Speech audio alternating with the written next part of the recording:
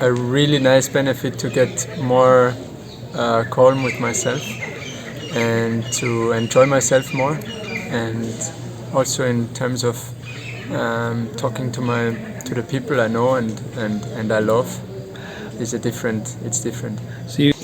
साथ ही साथ मैंने एक आध किताब में विपश्यना के बारे में पढ़ा और मुझे ऐसा महसूस हुआ जैसे कि ये टेक्निक जो है वो नॉर्मल जीवन में काफ़ी लाभदायी हो सकती है।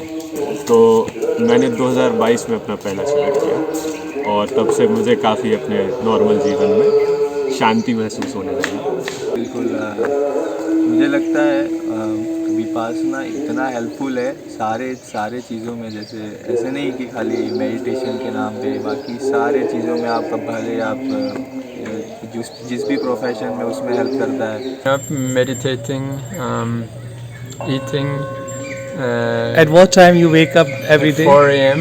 4 a.m. देखिए तकलीफ़ें तो काफ़ी आती है और फर्स्ट कोर्स में खासकर बैठने में और वो टेक्निक समझने में काफ़ी दिक्कतें आती हैं, पर देखा गया है कि जैसे जैसे दिन बीतते जाते हैं लोग प्रगति करते जाते हैं और एंड में सबको कुछ ना कुछ ज़रूर मिलता है। नेशनल जो टेक्निक है उसके 10 दिन के स्केड्यूल में शुरू के 3 दिन 3.5 दिन आनापाना का साधना सिखाते हैं और उसके बाद चौथे दिन विपश्यना दी जाती है और फिर 5-6 दिन विपश्यना करते हैं। और अगर टाइम टेबल की स्केड्यूल के हिसाब से बताऊं तो लगभग सुबह 4:30 बजे से रात को 9-9:30 बजे तक ये साधना चलती है। नमस्कार, मैं अपना एक 10 दिवसीय विपश्यना कैंप को लेके एक अनुभव शेयर करने के लिए, साझा करने के लिए आप सभी के समक्ष प्रस्तुत हुआ हूँ।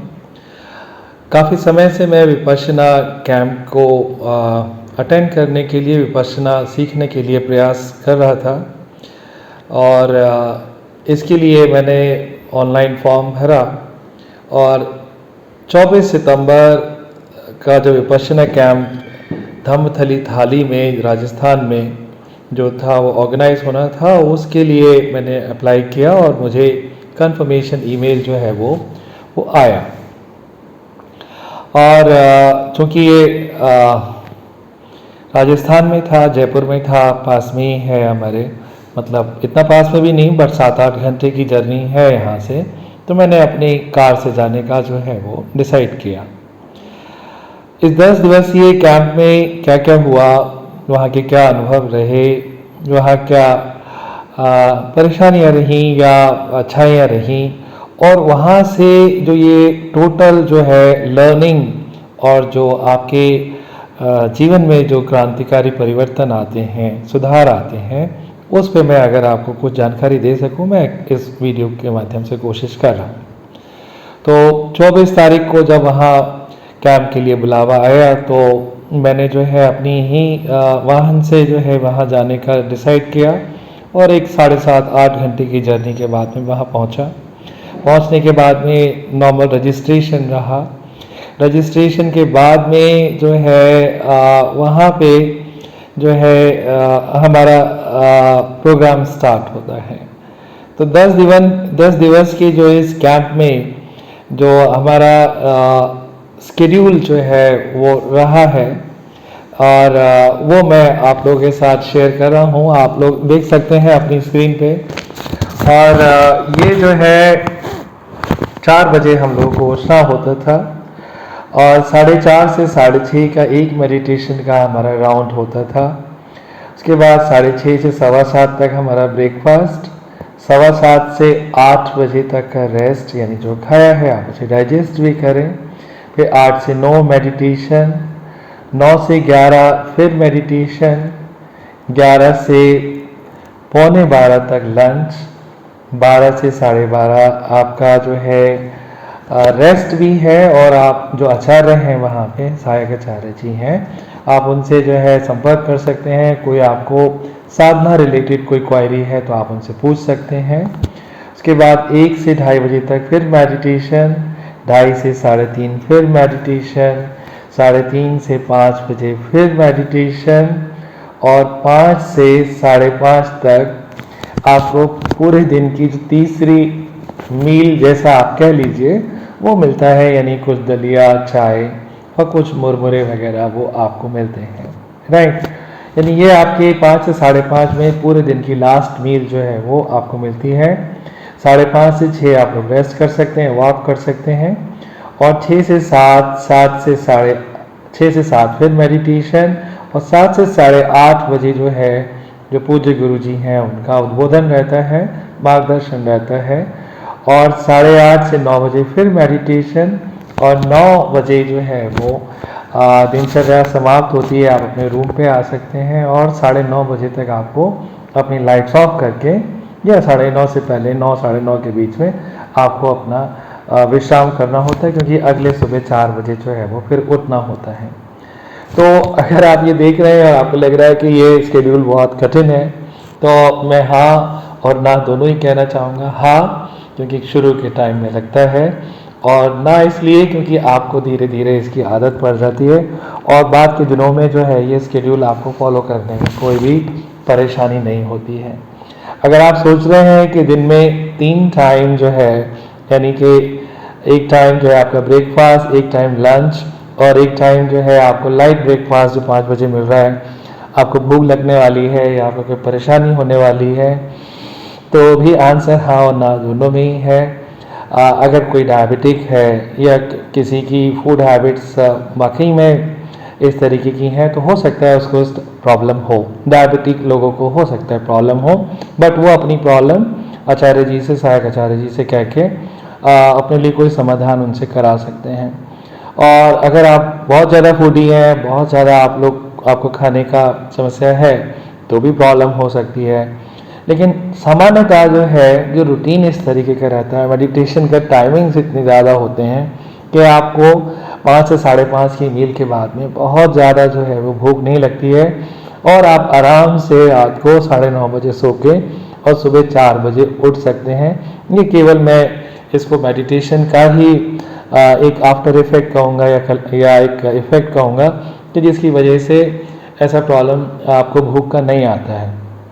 और देखा जाए तो एक तरीके से ये एक अच्छी ही बात है कि हमारे शरीर को जितना आवश्यक कैलोरीज हैं, जितना हमारे पौष्टिक आहार हमको चाहिए, वो सारा का सारा हम इन 3 मील्स की सहायता से हम ले लेते हैं। लेकिन अगर हम अपना घर का रूटीन देखें, हम अपना नॉर्मल रूटीन देखें, तो शायद हम इसका 2 गुना तो रोज़ खाते ही हैं, और उस 2 गुना को खाने के बाद में हम कितना पछताते हैं, और उसको पचाने के लिए और उसको ख़त्म करने के लिए क्या क्या हम लोग को प्रयास करने पड़ते हैं, ये सब हमको मालूम है, राइट। तो इसके बाद में इस शेड्यूल को देख के जो है, क्योंकि ज़्यादातर टाइम मेडिटेशन हॉल में है, और शुरू के मेडिटेशन यानी 5-6 दिन के मेडिटेशन के बाद में एक शून्यागार यानी कि एक पगोड़ा के अंदर एक छोटा सा केबिन भी मिलता है, जिसमें जाके आपको अकेले जो है वो थोड़े टाइम बैठ के आपको जो है अपनी साधना यानी अपना मेडिटेशन करना होता है, बिल्कुल अलोन होते हैं। और बाकी टाइम जो है, जो मेडिटेशन हॉल है, जो बहुत बड़ा हॉल है, वहाँ पे लगभग 150-200 के लोग के करीब एक साथ बैठ के जो है वो साधना करते हैं, मेडिटेशन करते हैं। जो सिटिंग आवर्स हैं, अगर आप पूरा लगाएंगे पूरे दिन का, मैंने तो जोड़ा भी नहीं है, बट अपने आइडिया से बता रहा हूँ, लगभग 8 से 10 घंटे का, या 7 से 10, 7-8-9 घंटे का मेडिटेशन पर डे का इसका रहता है। तो हो सकता है शुरुआत में आपको बैठने में समस्या हो, आपकी कमर में, आपकी टांगों में बहुत दर्द हो, और ज़्यादातर लोग जितने वहाँ पे थे उनको शुरुआत के दिनों में समस्या रही थी। और लेकिन वहाँ गुरुजी ने बताया, और जो सहायक आचार्य जी थे उन्होंने भी बहुत मोटिवेट किया कि ये समस्या शुरू की है, और बाद के दिनों में आपको ये इसका जो है अभ्यास हो जाएगा, आपका मेडिटेशन ही इस समस्या का समाधान कर देगा। तो वो समस्या भी जो है वो आगे रही नहीं और सही हो गई, राइट। तो शेड्यूल की आप चिंता ना करें, राइट। आप अगर किसी चीज़ की चिंता करना चाहते हैं, तो जो आफ्टर इफेक्ट्स हैं, जो इसके बेनिफिट्स हैं, आप उसके बारे में सोचेंगे, तो जो आपको ये इनिशियली हार्डशिप है वो इतना फील नहीं होगी। थोड़ा सा मैं वहाँ के मैनेजमेंट और जो व्यवस्था है उसके ऊपर कहना चाहूँगा। वीडियो में बहुत बड़ा नहीं करना चाहता, और तो इसलिए थोड़ा सा मैं कहूँगा कि मैनेजमेंट वहाँ का बहुत अच्छा था, क्योंकि मैंने बहुत सारे सेमिनार्स, वर्कशॉप्स अलग अलग जगह जो है इंडिया के टॉप इंस्टीट्यूट्स में, आईआईटी में, आईएम में, सब जगह अटेंड किए हैं। तो मैं कह सकता हूँ किसी प्रकार की कोई भी कमी वहाँ पे नहीं थी, क्योंकि आप कोई इस तरीके का फीस पे नहीं करते हैं, कोई इस तरीके का कोई पेमेंट नहीं है इनिशियली। जो आप देते हैं वो एक डोनेशन, वो भी प्रोग्राम के बाद में देते हैं। वो भी आपका मोटिवेशन ये होता है कि जिस तरीके से मैंने ये साधना करी है, इस कोर्स का बेनिफिट उठाया है, अगला कोई आना चाहता है तो उसके खर्चे के लिए मैं अपनी पॉकेट से जो सामर्थ्य है मेरी वो डोनेट करना चाहता हूँ, तो मैं डोनेट कर दूँ। तो एज सच आपको कहीं से शुरू से लेके और प्रोग्राम के अंत तक आपने कोई 1 रुपया पेमेंट किया नहीं, पर उसके बावजूद भी खाना, रहना, राइट, बिजली, गर्म पानी, ये सारी व्यवस्थाएं जो है वो एक काफ़ी अच्छे प्रकार की। अब होटल से तो कंपेयर आप ना करें, लेकिन अपने घर से अगर कंपेयर करना चाहें और बाकी व्यवस्था आप देखना चाहें तो बहुत अच्छी व्यवस्थाएं हैं, बहुत अच्छा मैनेज किया है। क्योंकि हाँ, एक बात तो और बताना भूल गया, सारे के सारे 10 दिन आप बोल नहीं सकते, राइट। आप इवन साइन लैंग्वेज और जेस्चर से भी बात नहीं कर सकते, आपको फुसफुसाना भी अलाउ नहीं है। और ये चीज़ कोर्स की, विपश्यना की एक बहुत की एलिमेंट है। अगर आप बोलते हैं, बात करते हैं, तो आप दूसरे की निगेटिविटी या दूसरे के जो भी थॉट्स हैं वो अपने सिर पे लाते हैं और उससे आपका बहुत नुकसान होता है। तो इसलिए बोलना बिल्कुल अलाउ नहीं है। तो बोलना अलाउ ना होने के बाद भी वहाँ का मैनेजमेंट ने पूरी व्यवस्था करी है कि आपको बोलने की ज़रूरत ही नहीं पड़े। जो व्यवस्था है, जो आपको आवश्यकता है, वो बगैर बोले ही आपको वहाँ पे पूरी हो जाए, राइट। तो इस तरीके से वहाँ का रहा है। नाउ जो एनवायरनमेंट था वहाँ का, जो ग्रीनरी थी, क्योंकि ये अरावली माउंटेन रेंज जो हमारे दिल्ली और राजस्थान के बीच में, बहुत सारे आपने माउंटेन देखे होंगे, बिल्कुल एक जयपुर के आउटस्कर्ट के एक एरिया में, उस माउंटेन रेंज के बिल्कुल रूट्स में, यानी आप पहाड़ पे समझ लीजिए ये आश्रम है। बहुत शांति है यहाँ, बहुत मोर हैं, बहुत पक्षी हैं। पक्षी इसलिए भी कह सकता हूँ क्योंकि मेरी कार के ऊपर इतनी ज़्यादा पक्षियों ने बीट करी थी जब 10 दिन के बाद मैंने उठाई थी, इतना मैंने कभी देखा नहीं। बहुत पक्षी हैं, बहुत शांति है, बहुत आनंददायक जगह है, आनंदमयी जगह है। और व्यवस्थाएं मैंने आपको बताया ही है। सुंदर सा पगोड़ा है, ग्रीनरी है, राइट, और बहुत प्लीजेंट एटमॉस्फेयर है, बहुत ही प्लीजेंट एटमॉस्फेयर है। तो आपको वहाँ पे जो पोल्यूशन का प्रॉब्लम है, कोलाहल है, जो शोर शराबा है, वो सबसे बहुत दूर है। मेडिटेशन करने के लिए बिल्कुल सुटेबल है। ना coming to the main part of the video, जो मैं चाहता हूँ कि मैं थोड़ा सा बता सकूँ कि फ़ायदे क्या हैं।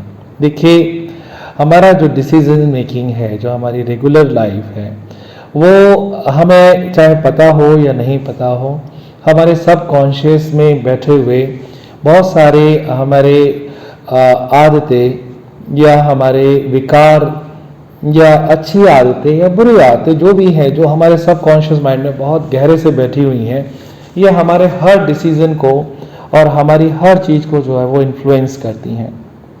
हम हर काम ये हमारा सॉफ्टवेयर है, ये हमारे ब्रेन का जो है वो डिसीजन मेकिंग के क्राइटेरियाज हैं जो ब्रेन में हमारे अनुभवों के माध्यम से फीड हो गए हैं।